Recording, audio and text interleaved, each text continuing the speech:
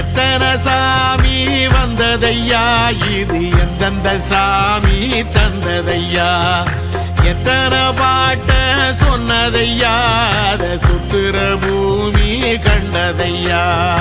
அடிச்சு வீசும் காத்துலையும் அந்த தகப்பனாச சுத்துதையா, பிடிச்சு பூக்கும் விதையிலும் ஒரு வம்சத்து கதையே உள்ளதையா, 100 தலைமுறை சேர்ந்து செதுக்குன ஈர நலம் இது பாறையா,